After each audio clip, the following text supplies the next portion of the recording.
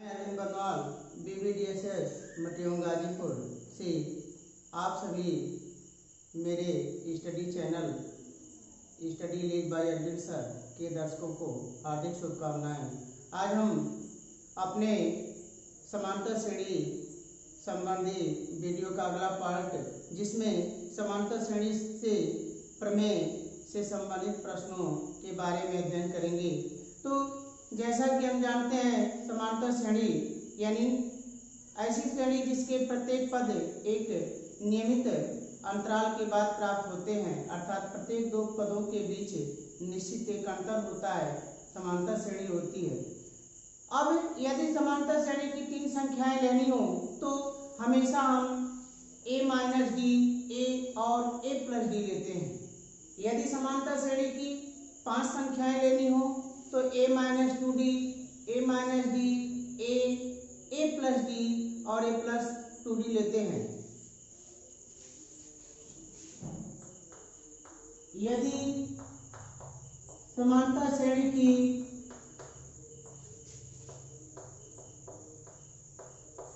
तीन संख्याएं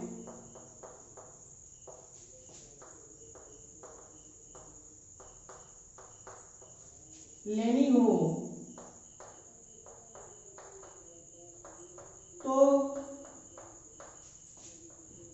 a minus d, a plus D लेते हैं।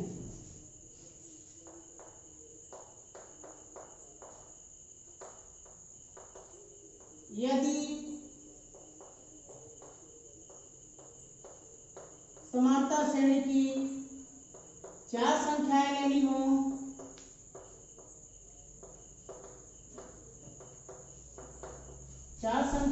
हो तो a minus D D, a minus d, a plus D तथा a प्लस डी डी लेते हैं। a प्लस डी डी लेते हैं। यदि समांतर श्रेणी की पांच संख्याएं लेनी हो,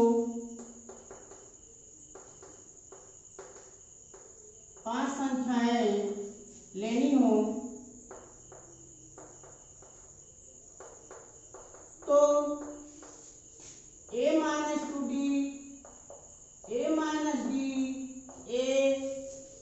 a plus two D, a plus D, a plus two D लेते हैं। इस प्रकार यह पदों का क्रम समांतर श्रेणी में यदि तीन पद लेने हो तो a माइनस डी, a और a प्लस डी लेते हैं। यदि चार पद लेने हो तो a minus three D, a minus d, a plus D और a प्लस थ्री डी लेते हैं। यदि पांच संख्याएं लेनी हो तो a minus two D, a minus d, a plus D, a plus two D लेते हैं। इस प्रकार जो है हम ऐसे पद लेते हैं कि उन सभी पदों को जोड़ने पर सर्वांतर विलुप्त हो जाए, अर्थात सर्वांतर उसमें न हो। इस प्रकार हम एक निश्चित क्रम में पदों को लेते हैं। यदि छह संख्याएं लेनी हो तो a minus five D, a minus three D, a minus d, a plus D, a plus three D, a plus five D लेते हैं। यदि समांतर श्रेणी की छह संख्याएं लेनी हो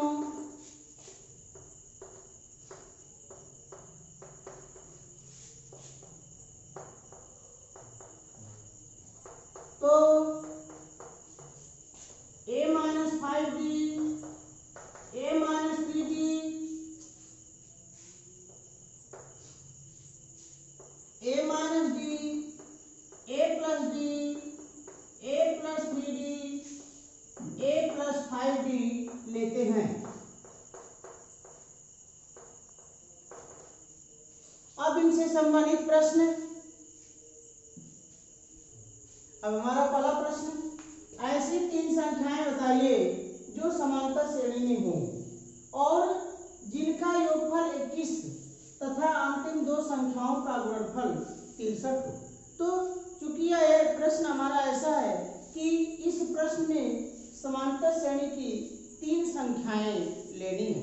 तो जैसा कि अभी आपको बताया गया कि जब समांतर श्रेणी में 3 संख्याएं लेनी हो तो हमेशा हम a माइनस डी, a और a प्लस डी लेते हैं।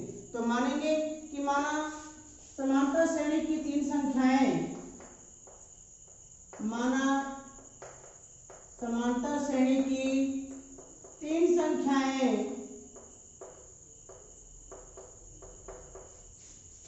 क्रमशः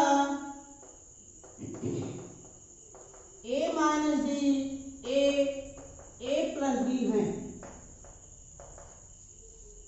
तो प्रश्न के अनुसार कह रहा है कि इनका योगफल 21 है, यानी प्रथम शर्तानुसार यदि इन तीनों संख्याओं को जोड़ दें a माइनस डी, a और a प्लस डी का योगफल बराबर 21। तो फर्स्ट कंडीशन, प्रथम शर्तानुसार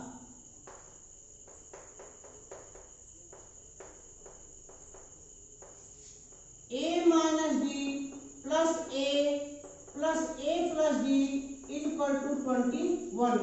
माइनस डी से प्लस डी कट जाएगा, 3a equal to 21, therefore a equal to 7, यानी a का मान हमको मिल गया जो है 7।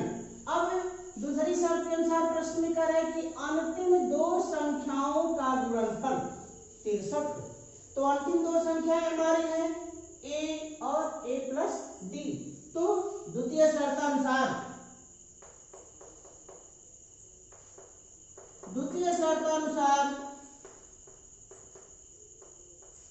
a into a plus d equal to 63।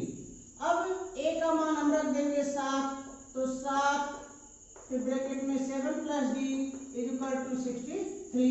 अब इस 7 से जो है भाग दे देंगे इसमें, तो 7 प्लस डी इक्वल टू 9, तो डी इक्वल टू 9 माइनस 7 यानी 2 हो गया।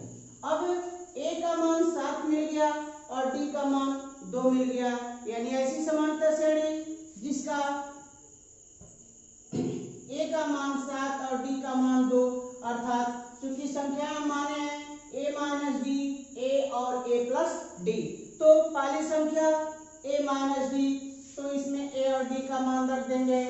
तो पहली संख्या a माइनस डी यानी 7 माइनस 2 इक्वल टू 5। दूसरी संख्या हमारी है a का मान है 7, तो दूसरी संख्या आ जाएगी 7। तीसरी संख्या है हमारी a प्लस डी। अब a का मान रख देंगे 7, d का मान 2, ये हो जाएगा 9, यानी हमारी संख्याएं हो जाएंगी 5, 7 और 9। यदि हम इसको जो है चेक करें कि मान जो है हमारे प्रश्न के अनुसार सही है, तो 5 और 7 12, 12 और 21 इनका योगफल 21 प्राप्त होता है। अंतिम दो संख्याओं का गुणनफल तो 7 9 63 प्राप्त हो गया। अगला प्रश्न, किसी चतुर्भुज के कोण समांतर श्रेणी में है, उनका सारांतर 20 अंश है, कोणों को ज्ञात कीजिए। तो चतुर्भुज यानी जिसके 4 कोण हैं, तो 4 कोण हैं और चारों कोण प्रश्न के अनुसार कह रहा है कि समांतर श्रेणी में है, अर्थात यह प्रश्न हमारा कि समांतर श्रेणी की 4 संख्याएं, समांतर श्रेणी की 4 संख्याएं। तो मान लेंगे कि माना चतुर्भुज के 4 कोण क्रमशः a minus 3d, a minus d, a plus D और a प्लस 3d हैं। तो माना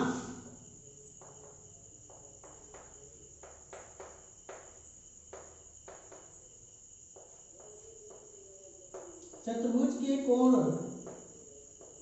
क्रमशः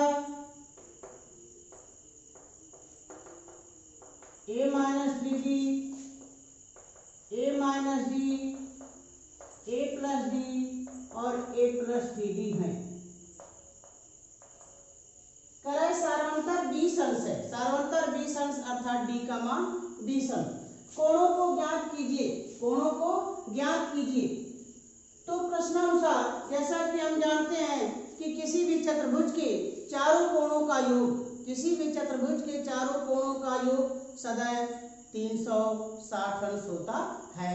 यानी इन चारों को अगर जोड़ दिया जाए तो मान हमारा 360 अंश प्राप्त होगा। तो प्रथम शर्तानुसार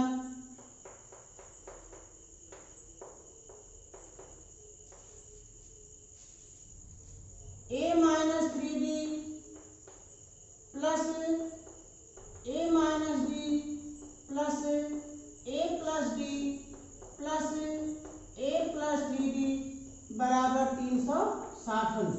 अब माइनस 3d प्लस 3d से कट जाएगा, माइनस d प्लस d से कट जाएगा, a यानी 4a इक्वल टू 360 डिग्री, तो a इक्वल टू हो जाएगा आपका 90 डिग्री, यानी a का मान हो गया 90 अंश। अब चूंकि सार्वंतर 20 अंश दिया हुआ है, सार्वंतर 20 अंश दिया हुआ है, तो उस परिस्थिति में हम सार्वंतर रख देंगे। तो अगर इन दोनों के बीच का अंतर ज्ञात किया जाए तो प्रत्येक दो संख्याओं के बीच का अंतर इसमें 2d है, यानी 2d का मान 20 अंश, तो d बराबर हो जाएगा हमारा 10 अंश। अर्थात प्रत्येक मान जो है अब इसमें बढ़ता जाएगा। तो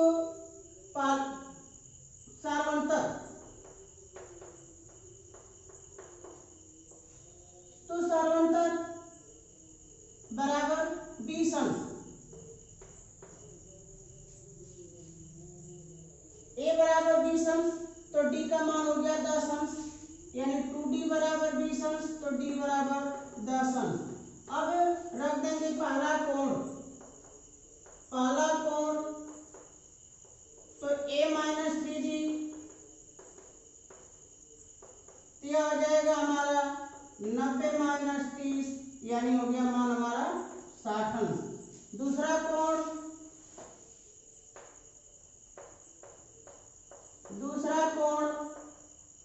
यह हमारा है a माइनस d, तो a का मान 90 माइनस d का मान 10, यानी हो जाएगा मान हमारा 80 अंश। तीसरा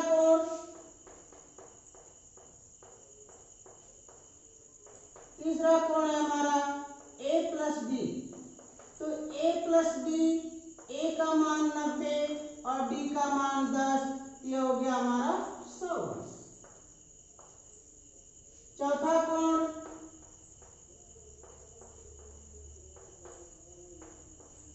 a प्लस 3d, तो a का मान 90 अंश और 3d यानी 30 अंश, यह हो जाएगा मान हमारा 120 अंश। अब पहला कोण हमारा 60 अंश, दूसरा कोण 80 अंश, तीसरा कोण 100 अंश और चौथा कोण 120 अंश। यदि हम निरीक्षण करें तो हम पाते हैं कि 60 और 80 के बीच 20 का अंतर, 80 और 100 के बीच 20 का अंतर, 100 और 120 के बीच 20 का अंतर। क्या इन चारों कोणों को जोड़ने पर मान हमारा चतुर्भुज के चारों कोणों की योगफल के बराबर प्राप्त होता है अथवा नहीं?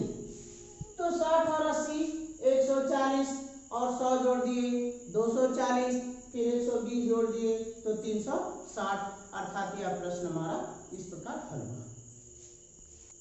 अब अगला प्रश्न, समांतर श्रेणी की उन 5 संख्याओं को ज्ञात करो जिसका योगफल 25 तथा जिनके वर्गों का योगफल 135 हो। तो जैसा कि अभी बताया गया कि जब समांतर श्रेणी की 5 संख्याएं लेनी हो तो हम हमेशा a minus 2d, a minus d, a और a प्लस d तथा a प्लस 2d लेते हैं। तो माना समांतर श्रेणी की 5 संख्याएं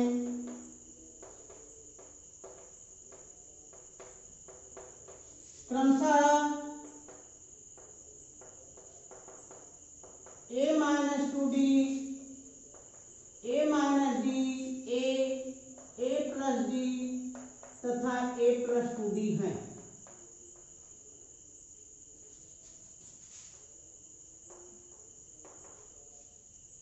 प्रश्न के अनुसार अनुसार कह रहा है जिनका योगफल 25 है, अर्थात यदि इन 5 संख्याओं को जोड़ा जाए तो मान हमारा 25 प्राप्त होगा। अर्थात प्रथम शर्तानुसार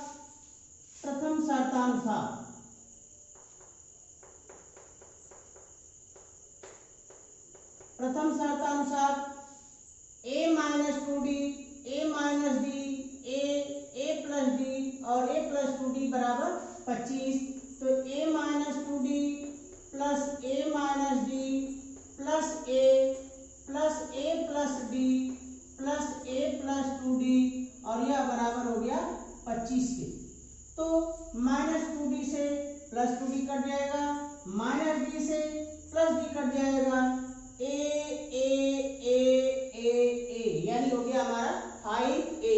तो 5a का मान 25 है, यानी 5a इक्वल टू 25, तो a इक्वल टू हो जाएगा 5। अब दूसरी शर्त के अनुसार कह रहा है कि जिनके वर्गों का योगफल 135 हो। तो द्वितीय शर्तानुसार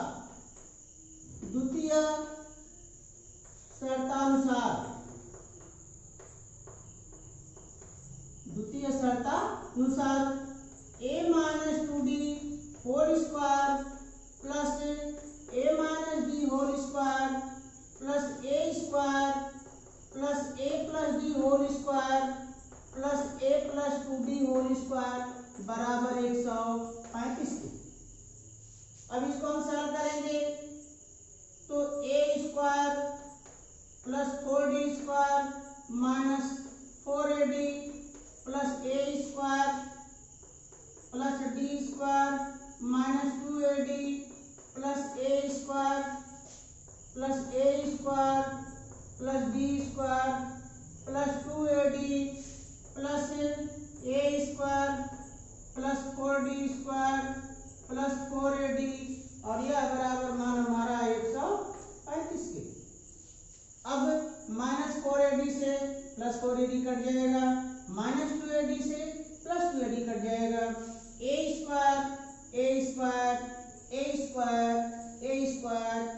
स्क्वायर यह मान हो जाएगा हमारा 5a स्क्वायर। अब plus 4d square plus d square, तो 5d स्क्वायर हो गया, फिर प्लस d स्क्वायर तो 6d स्क्वायर हो गया और प्लस 4d स्क्वायर तो हो गया 10d स्क्वायर। तो 5a square plus 10d square और यह बराबर मान है 135 के। अब 5 से भाग दे देंगे तो a square plus 2d square बराबर, अब 135 में 5 से भाग देंगे तो 27 हो गया। अब चूंकि a का मान हमको 5 यहाँ से मिल चुका है, अब यहाँ a का मान हम 5 रख देंगे तो 5 का वर्ग हो जाएगा 25। तो 25 प्लस 2d स्क्वायर बराबर 27, तो 2d स्क्वायर बराबर 27 माइनस 25 यानी हो गया 2, 2d स्क्वायर बराबर 2, तो d स्क्वायर बराबर हो गया 8, तो d बराबर हो गया प्लस माइनस 1, यानी d का मान या तो प्लस 1 हो सकता है या माइनस 1 हो सकता है। अब उसके बाद जब a और d मिल गया, हमारी संख्याएं हैं a माइनस 2d, तो पहली संख्या हमारी हो जाएगी, पहली संख्या a माइनस 2d, तो d का मान यदि हम प्लस 1 लेकर चलते हैं तो a का मान 5, तो 5 और 2 1 कम 2 यानी 5 माइनस 2 तो 3 हो जाएगा। दूसरी संख्या a माइनस d, तो 5 माइनस 1 इक्वल टू 4। तीसरी संख्या तो a इक्वल टू 5। चौथी संख्या हमारी है a प्लस d, तो 5 प्लस 1 इक्वल टू 6। पांचवी संख्या हमारी है a प्लस 2d, तो 5 प्लस 2 इक्वल टू 7। इस प्रकार हमारी संख्याएं प्राप्त हो गई 3, 4, 5, 6 और 7। यदि इनको जोड़ा जाए तो 3 4 7 5 12 6 18 और 7 25। तो योगफल इनका 25 प्राप्त हुआ। अब इनके वर्गों का योगफल, तो 3 का वर्ग 9, 4 का वर्ग 16, 5 का वर्ग 25, 6 का वर्ग 36, 7 का वर्ग 49। यदि इनको जोड़ दिया जाए तो मान हमारा 135 प्राप्त होगा। इस प्रकार यह प्रश्न हमारा हल हुआ। अब अगला प्रश्न हमारा कि दो समांतर श्रेणियों के n पदों के योगफलों में 3n + 8 संबंधे 7 + 15 की निष्पत्ति है, 12वें पदों का अनुपात ज्ञात करो। तो दो समांतर श्रेणी, तो मान लेते हैं कि माना पहली समांतर श्रेणी का प्रथम पद a1, दूसरी समांतर श्रेणी का प्रथम पद a2 है। पहली समांतर श्रेणी का सार्वंतर d1 और दूसरी का सार्वंतर d2 है। तो माना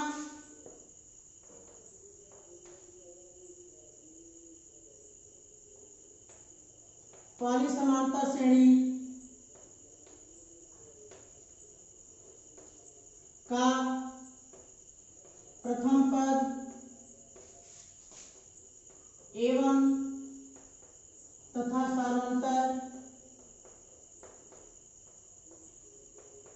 सार्वंतर d1 है, जबकि दूसरी समांतर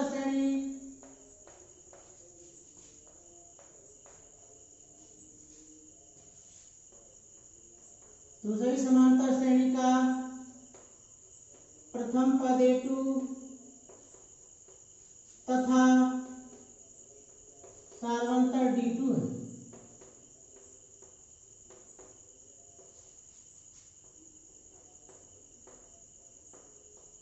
कह रहा है कि n पदों की योगफल, जैसा कि हम जानते हैं कि किसी भी समांतर श्रेणी के लिए Sn बराबर n/2 ब्रैकेट में 2a plus n minus 1 into D से। तो पहली समांतर श्रेणी के लिए S1 बराबर तो n/2 2a1 plus n minus 1 into d1। दूसरी समांतर श्रेणी के लिए n/2 into 2a plus n minus 1 into d2। अब प्रश्न के अनुसार दोनों का अनुपात 3n + 8 संबंधित 7n + 15। तो प्रश्न अनुसार n पदों के योगफलों का अनुपात, n पदों के योगफलों का अनुपात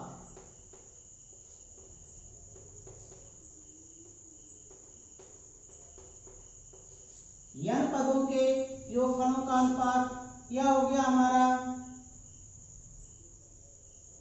3n + 8 संबंध है 7n + 15। तो इसका मान हो जाएगा n/2 2a1 plus n minus 1 into d1। और दूसरी के लिए हो जाएगा n/2 S1/S2 बराबर n/2 2a2 plus n minus 1 into d2। और यह मान हमारा है 3n + 8 अपान 7n + 15 के। अब n/2 से n/2 कट जाएगा तो 2a1 plus n minus 1 into d1 अपान 2a2 plus n minus 1 into d2 बराबर हो गया मान हमारा 3n + 8 अपान 7n + 15। तो 2 से भाग दे देंगे तो यह हो जाएगा मान हमारा a1 plus n minus 1/2 into d1 अपान a2 plus n minus 1/2 into d2। और यह बराबर हो गया 3n + 8 अपान 7n + 15 के। मानते हैं कि हो गया समीकरण नंबर 1। अब कह रहा है कि 12वें पदों का अनुपात, तो 12वां पद यानी पहली के लिए मान लेते हैं t1, दूसरी श्रेणी के लिए 12वें पद का मान t2। तो t1/t2 12वें पदों का अनुपात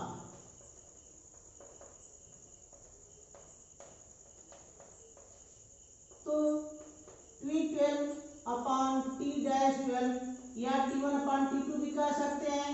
तो यह हो जाएगा a1 प्लस 11d1 और इसका मान हो जाएगा a2 प्लस 11d2।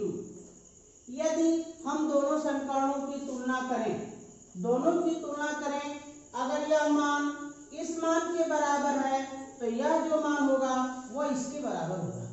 तो तुलना करने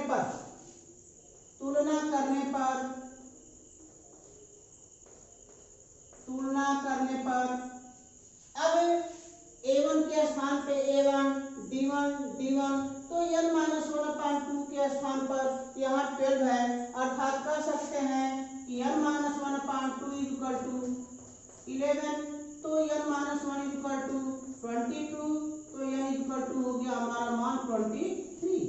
अर्थात जब यह मान इस मान के बराबर हम माने हैं तो यह मान इस मान के बराबर होगा। अर्थात 12वें पद का अनुपात यानी T1/T2 या T12/T-12 का मान 3n + 8/7n + 15 होगा, जहां n का मान होगा 23। अतः 12वें पदों का अभीष्ट अनुपात यह मान हो जाएगा हमारा 3 × 23-8 बटा 7 × 23-15। अब इसको हम सरल करेंगे तो 23×69-8 बटा, अब इसमें गुणा किए तो 7 × 21, 7 × 14, 2 16, 161-15। तो यह मान हो गया हमारा 69 और 8 77 बटा 176, यानी 12वें पदों का अभीष्ट अनुपात 77/176 होगा। अगला प्रश्न हमारा, यदि b + c/a, c + a/b, a + b/c समांतर श्रेणी में है तो सिद्ध कीजिए 1/a, 1/b, 1/c भी समांतर श्रेणी में होंगे। तो जैसा कि हमें ज्ञात है कि b + c/a, c + a/b, a + b/c समांतर श्रेणी में है। तो समांतर श्रेणी के सिद्धांत से कि समांतर श्रेणी में स्थित सभी संख्याओं के क्रमागत दो पदों के बीच का अंतर सदैव समान होता है। इस परिस्थिति में यदि कोई अन्य संख्या, एक निश्चित संख्या सभी पदों में अगर जोड़ी जाए या घटाई जाए तो प्राप्त मान भी समांतर श्रेणी में होंगे। तो चूंकि b + c/a, c + a/b, a + b/c समांतर श्रेणी में हैं, तो अगर इन सब में एक जोड़ दिया जाए तो लिखेंगे प्रत्येक पद में एक जोड़ने पर, प्रत्येक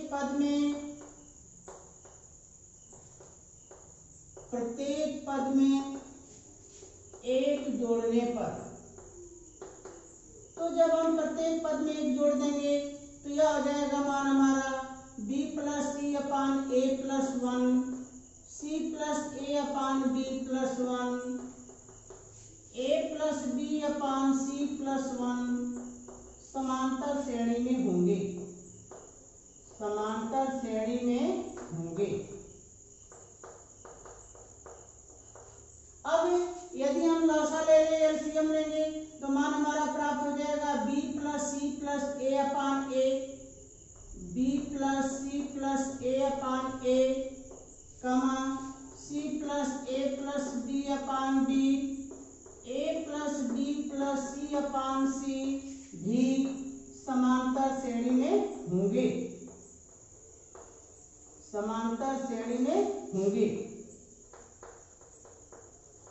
अब b + c/a, c + a/b, a + b/c समांतर श्रेणी में होंगे क्योंकि प्रत्येक पद का अंश a + b + c, a + b + c, a + b + c समान है।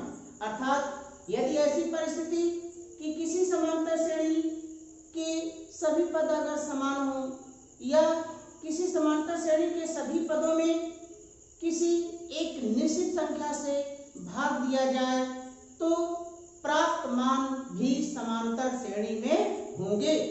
तो a प्लस बी प्लस सी से प्रत्येक पद में भाग देने पर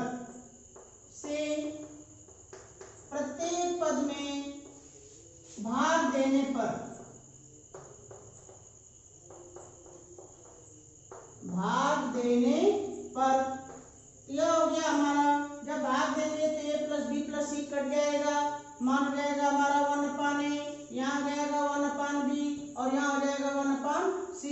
तो 1/a 1/b 1/c भी समांतर श्रेणी में होंगे और यही मान हमें सिद्ध करना है। Hence proof. इस तरह से अगला प्रश्न हमारा, यदि ए बी सी समांतर श्रेणी में है तो सिद्ध करो 1/√b plus 1/√c plus 1/√c plus √a 1/√a plus √b भी समांतर श्रेणी में होंगे। तो जब ऐसे प्रश्न प्राप्त हो कि दिए हुए मान के आधार पर उसे हल न किया जा सके, आसानी से हल न प्राप्त हो सके, तो जिस मान को हल करना है, जो मान सिद्ध करके लाना है, उसी मान को हम कल्पना कर लेते हैं। तो जब कल्पना कर लेते हैं अर्थात उसे मान लेते हैं कि यह ऐसा होगा, तो जो पूर्वत मान प्राप्त होता है वह हमें प्राप्त होना चाहिए। तो मान लेंगे कि माना 1/√b plus √c 1/√c plus √a 1/√a plus √b समांतर श्रेणी में है।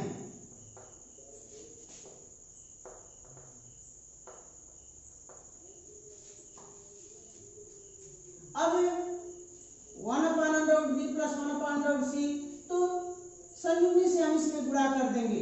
तो संयुग्मी से गुणा करेंगे तो √c माइनस √b इसका संयुग्मी हो जाएगा, √a माइनस √c सबके संयुग्मी से हम क्रमशः गुणा करते चलेंगे। तो हो जाएगा मान हमारा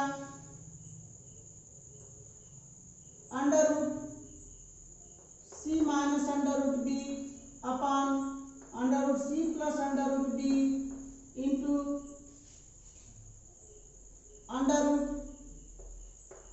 √c माइनस √b, यहाँ हो जाएगा √c minus √a √c plus √a √c minus √a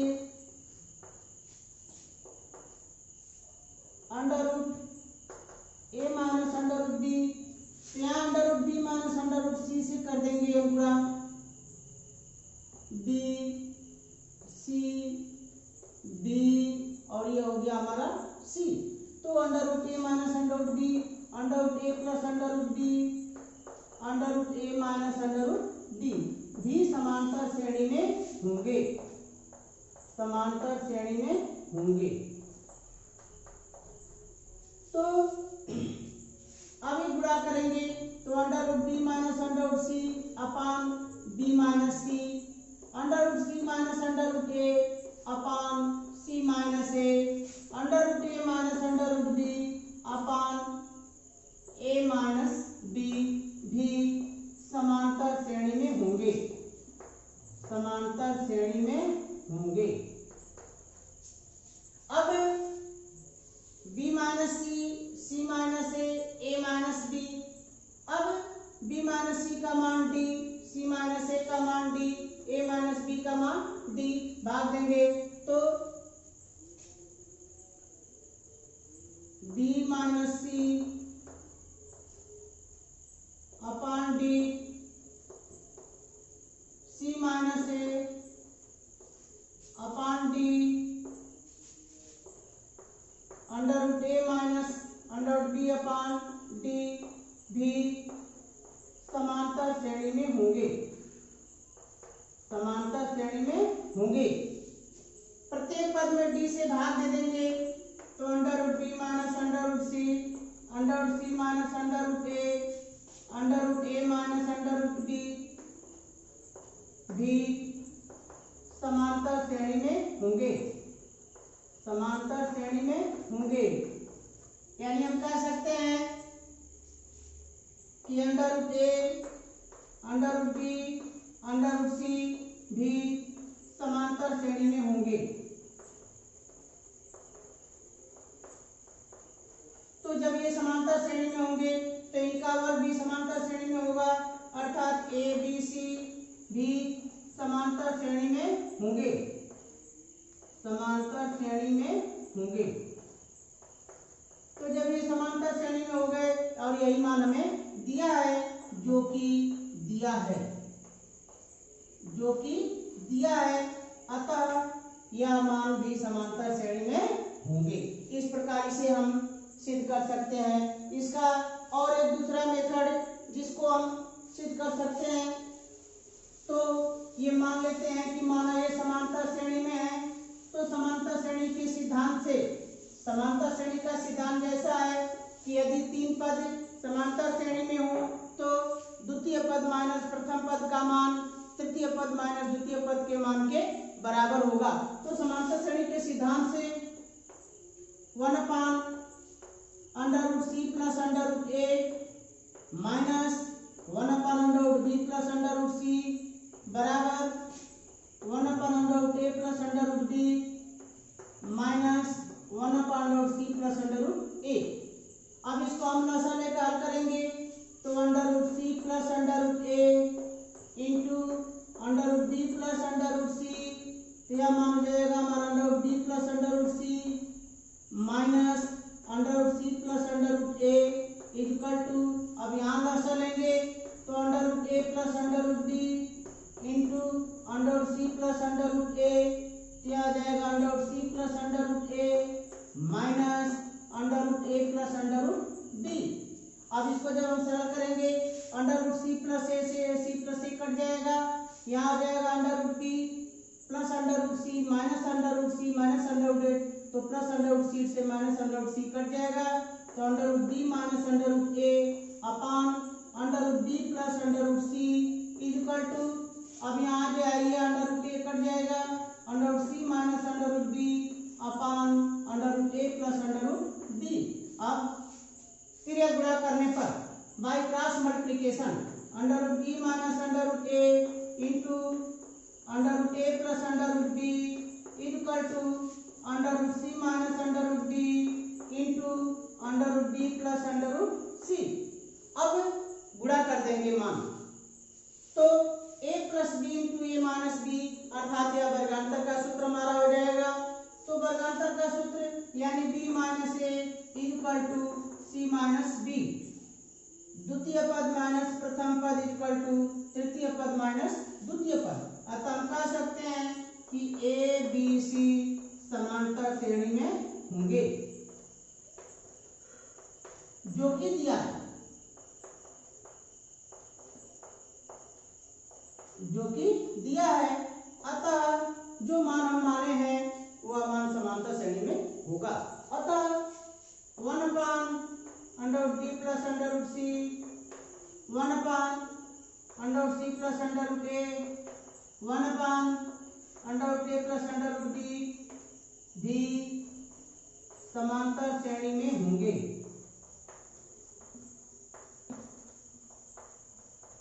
इस प्रकार यह प्रश्न हमारा सिद्ध हुआ। इस वीडियो में आज के इस टॉपिक में जो भी बातें आपको न समझ में आई हो उसे आप अवश्य पूछ सकते हैं, तथा यदि आपको वीडियो अच्छा लगा हो तो इसे लाइक करना न भूलें, शेयर तथा सब्सक्राइब अवश्य करें। धन्यवाद।